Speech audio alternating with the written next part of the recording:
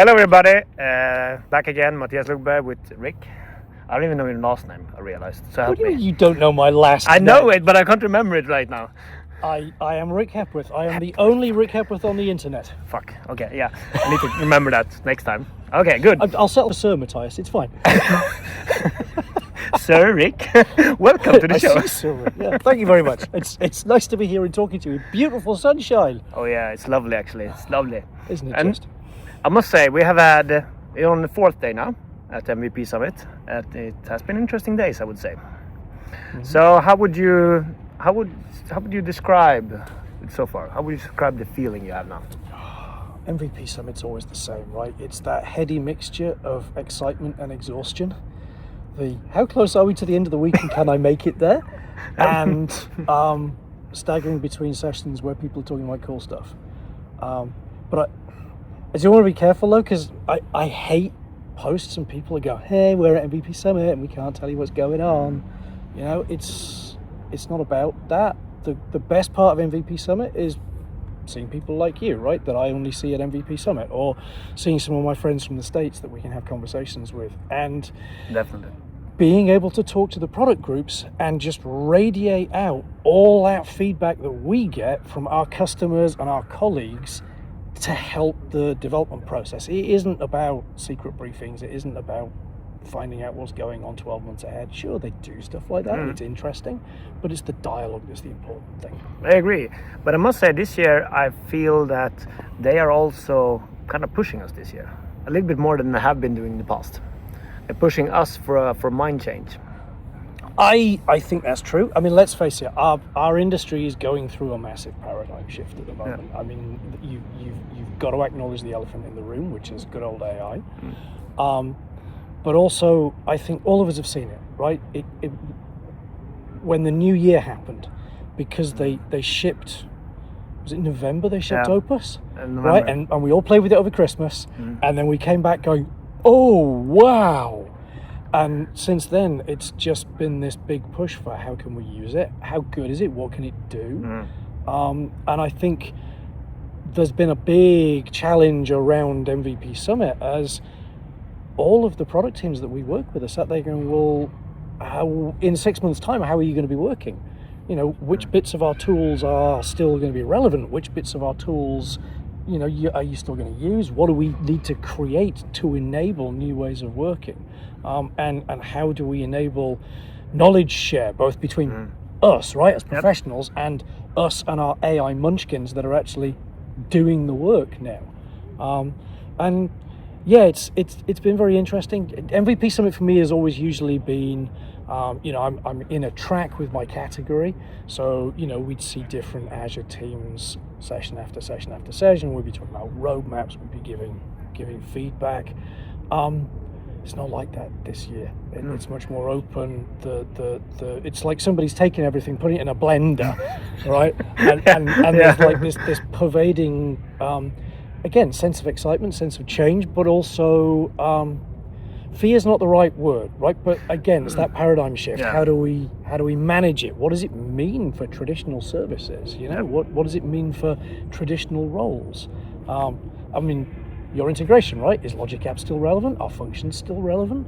You know, the non-Microsoft alternatives now are starting to really wave that agentic bandwagon. And, you know, and also as a role, if you look at the roles, like if I was a system developer, for instance, I mean, I heard a really good quote the other day because that was talking about the fear part. Because in the end, I'm a system developer, which means that my job is to solve problems. My job is actually not to write code. It's never been. It's just that code has been the means of how to solve a problem. So we see, if you look at that, we will still solve a problem. It's just, as you say, maybe differently in the future. I mean, honestly, for grizzled old consultants like me, this is fantastic, right? Because I've spent years honing my communication skills, my problem-solving skills, my critical thinking skills. So for me, who spent 20 years managing developers, managing the AI is like second nature to me. It's like, okay, well, we need to build a plan. We want to build this. We need to do some research. We need to think about the significant issues. We need to think about how we're going to test it. We need to think about how we're going to deploy it. And bring all this context in that you need. Yeah, so I just spend my life writing reports these days, and I hand the report to AI, and it makes things. It sucks all the fun out of the job. Darn it, you know. And a bit cognitive stuff as well, because that is also something that's been brought up like many times. Since we are doing this differently, we plan, we send something off, we execute it. It might take, I don't know, 10 minutes to solve the same thing. But what do we do then? Well, the answer is we set another run going or something else, right? So the cognitive load's actually getting worse. So task switching, being able to shift your focus between different areas becomes more important. I think I am finding myself more mentally tired at the end of the day in the new way of working than I used to. It's also kind of addictive, right? You don't always stop. So I could get a coffee, or I could just one more. Exactly, yeah. just one more. I totally agree on that one. But that's nice. So, if you would, so that's the thinking. So, if you look ahead from your perspective, what do you bring with you more than? Is there anything else besides this? So, I think, as I sit here, I am concerned for the next generation coming into the industry. I mean, I know graduates already who just cannot get a role. And we talked about this since October already. Yeah, exactly, right. And I think set aside all of the stuff of, you know, massive layoffs in the States and all that kind of stuff. But lots of organizations are looking to hire more senior people because they feel they can do more with the tooling. Yeah.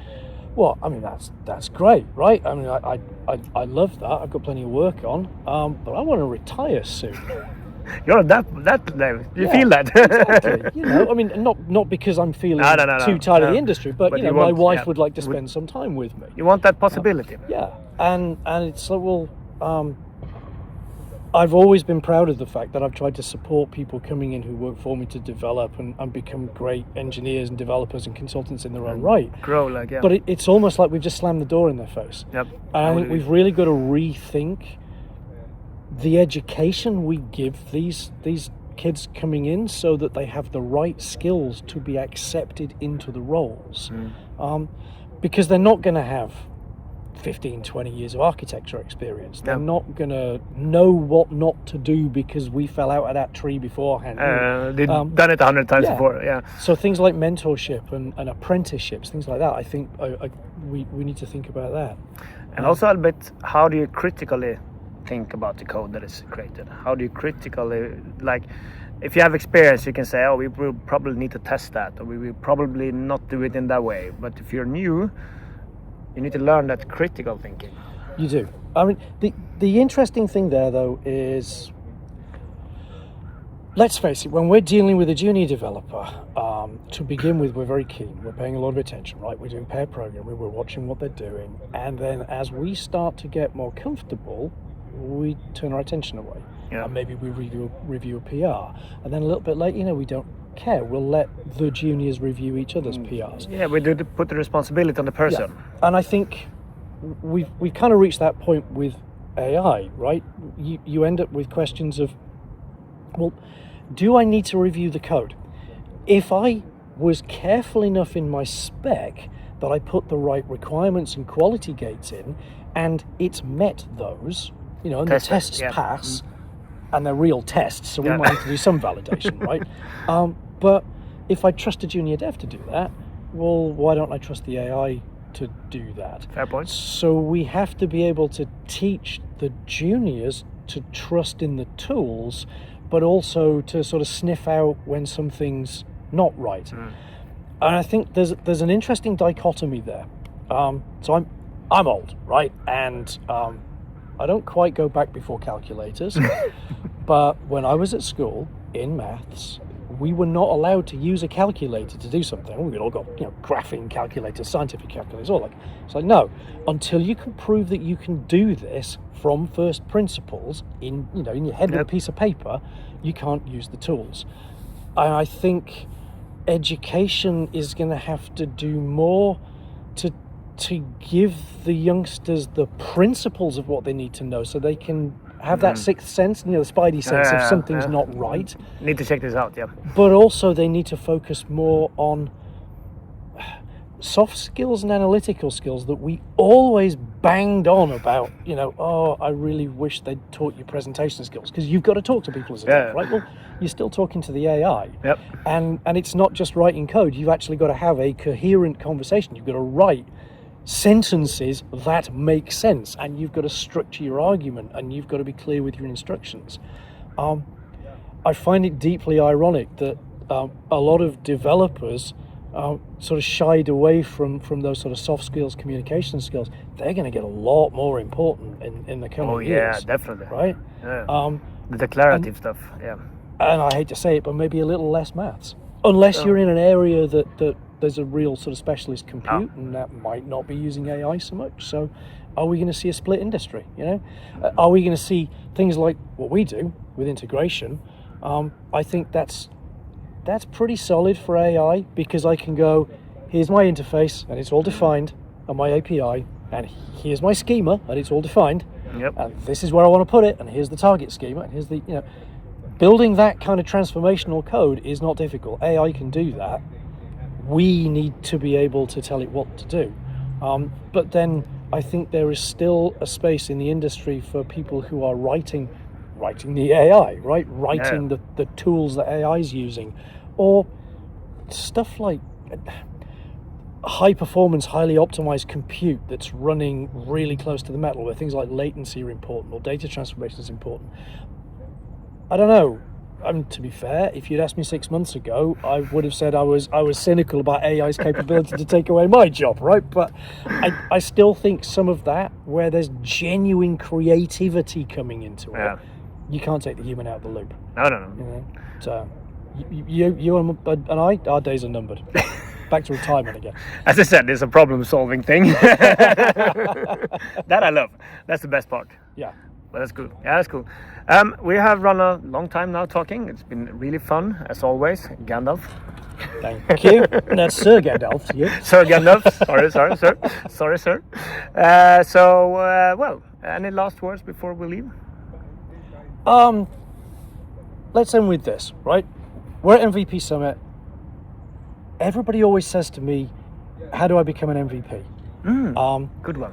Being an MVP is a wonderful thing, but it shouldn't be your end goal. We love community, right? Matthias, you organize a fantastic conference, you blog, you do videos. We do what we love, and hopefully Microsoft recognize that and go, you know what, they'd make a great MVP and we want to talk to them. So don't think about, if you want to be where we are next year, don't think I want to be an MVP. Think I want to share my passion with my colleagues, with my community, with everybody else in computing, and go find something that you know about and go share that knowledge and tell people. And hopefully this time next year you can be sitting next to us and talking in the sunshine. Definitely, because that would be awesome. And if you love doing it, it will be just fun and you will grow like crazy. That's my experience, at least. It's super fun. Yeah. Good. Thank you very much for this one. Thank you, Matthias. Cheers, everybody.